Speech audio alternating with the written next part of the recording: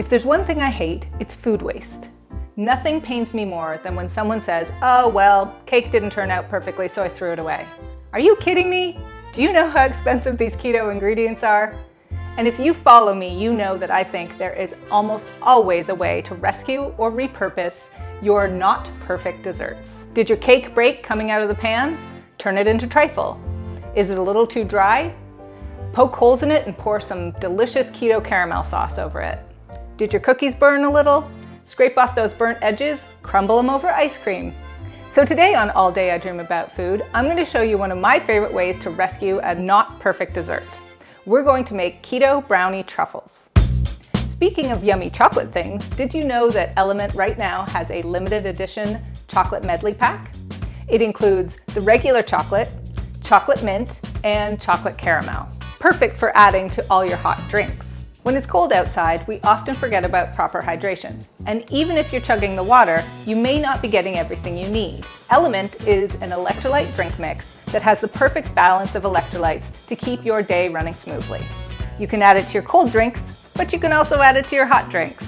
It's a perfect addition to your healthy keto diet because it has no artificial colors, no artificial flavors, and no artificial sweeteners. I add this tasty drink mix to my daily routine to help me ward off headaches, fatigue, and muscle cramps. So let's take the chocolate variety and make something tasty and comforting.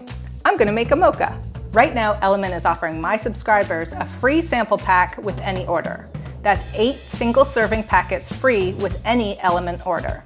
This is a great way to try all 8 flavors or share Element with a salty friend. Get yours at drinkelement.com/dreamaboutfood. This deal is only available through my link. You must go to drinklment.com/dreamaboutfood. So in this bowl, I have a batch of my chewy keto brownies. These actually turned out just great, but I had too many of them, so I stuck all the excess into the freezer, and now I can make brownie truffles. The first thing you want to do is crumble them up. Now, I recommend grabbing a rag or a tea towel because you're going to get your hands dirty, and take off any rings you might have and just use your fingers to crumble them into pieces. You could do this in a food processor as well, but this is just as easy and dirties less equipment. You can do this same thing with cake, with muffins, even with sort of softer cookies, anything that didn't turn out perfectly the first time. Now you need some sort of ingredient that adds moisture and allows the mixture to cling together. So I often just use melted butter. You can use softened cream cheese. You can use something like peanut butter, but today, because I love it, I am going to use some of my homemade Nutella. Now, how much you add really depends on how dry your mixture is in the first place. If it was cake, it's gonna be a little drier than brownies. If it was cake that you overbaked, it's gonna be even more dry. So you can just add until you have a mixture that holds together.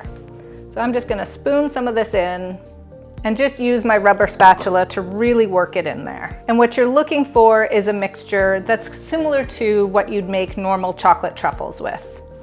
Once you have a consistency that is nice and moist and you can roll it into balls, you can start to get creative with your brownie truffles. You can do things that boost nutrition, like add some collagen or some protein powder. Those would both be good. You can add flavorings. So if it was plain chocolate, you could add in some peppermint or some caramel extract. Today, I'm going to add some hazelnut extract to really bring that hazelnut flavor out. I'm going to add about 1 teaspoon of the hazelnut extract. I finally found a hazelnut extract I actually like. It doesn't taste like chemicals, as many of them do, and it actually tastes like hazelnut. It's from Native Vanilla, and I highly recommend. So I'll just work that in as well. Feel free to taste the mixture at any point and see if it meets with your satisfaction. Of course, it's already baked, so there's no worry about tasting the dough. Yummy. Okay, kids, now we're ready to rock and roll. By that, I mean, we're gonna roll our truffles. So I have taken a nice big cookie sheet and I have lined it with some wax paper. You can use parchment paper as well. And you just want to take a nice spoonful of your mixture, and you can really make these truffles as small or as big as you like. And then I like to sort of squeeze it a couple of times back and forth between my hands so it really holds together, and then roll it into a nice ball. Keep your rag nearby because your hands are going to get very dirty. Once you have your mixture rolled into nice balls, you have a couple of options on how to dress them up. You can roll them in cocoa powder just like traditional truffles. You could roll them in some finely chopped nuts. You could get some keto chocolate sprinkles and roll them in that. But the best way to serve them, in my opinion, dip them in some more chocolate.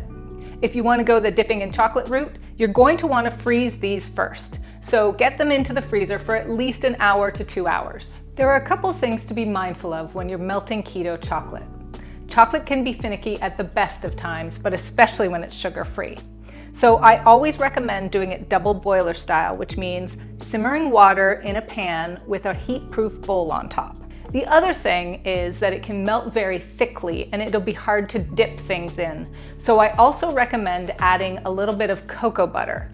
I used about 1/2 ounce to 4 ounces of chocolate chips. You can also use a little coconut oil to thin out the chocolate coating, but it tends to be more melty at room temperature, which means you need to always keep your truffles cold. So now you can just take one of your frozen brownie truffles and pop it in the melted chocolate, push it around with a fork, and lift it up. And then to get off the excess chocolate, you can tap it on the side of the bowl, or you can just sort of wobble it back and forth. Then you're going to take something else like a kitchen skewer or another fork, and you're going to push the brownie off onto another tray that's lined with parchment paper or wax paper. And the best part about having your brownie truffles frozen before you dip them in chocolate is that they set almost immediately, which means you can eat them almost immediately. Let's give it a try.